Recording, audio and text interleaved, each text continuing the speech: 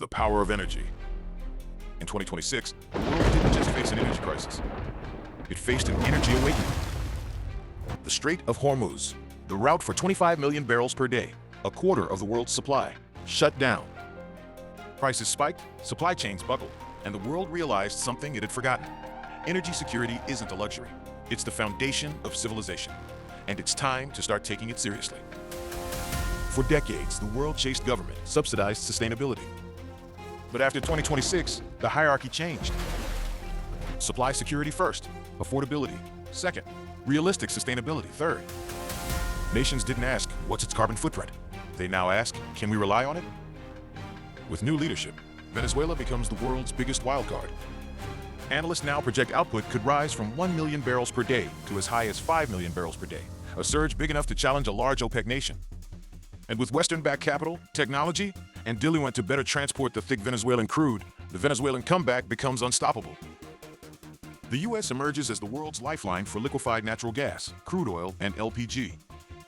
With American refiners having access to thick Canadian crude along with Venezuela's, the supply of longer-chain carbon molecules will increase domestically versus relying on imports to feed the U.S. industrial machine. The United States already has abundant light-sweet crude domestically for the smaller chain molecules. This said, the Western Hemisphere light-to-heavy crude oil is now secured. The U.S. also becomes the global powerhouse for ethane and LPG. Regarding India, India's growth doesn't slow, it accelerates.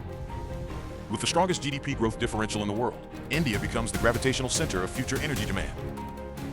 Flexible, opportunistic, India uses every fuel and every supplier to keep rising. Iran's future splits in two. In one path, it becomes a stable supplier with output above 5 million barrels per day. In the other, it stagnates, isolated, with almost no room for growth.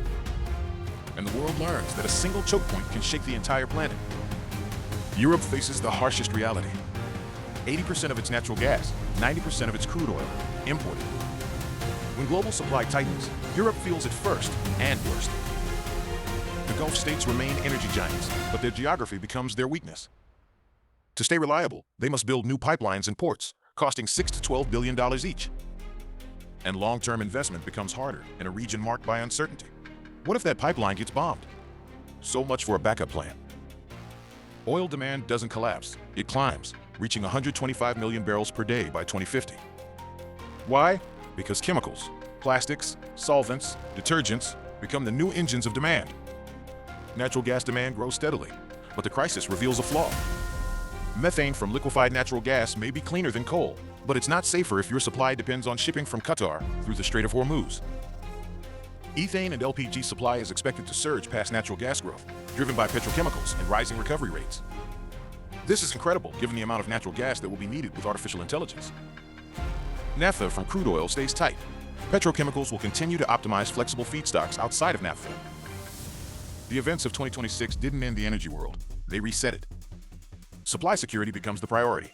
Diversification becomes the strategy, and sustainability becomes something mostly talked about on LinkedIn. The old energy order is gone. A new one is rising. In this new era, where crude oil and natural gas is no longer overshadowed by unprofitable sustainability objectives, energy and technology are about to change the world.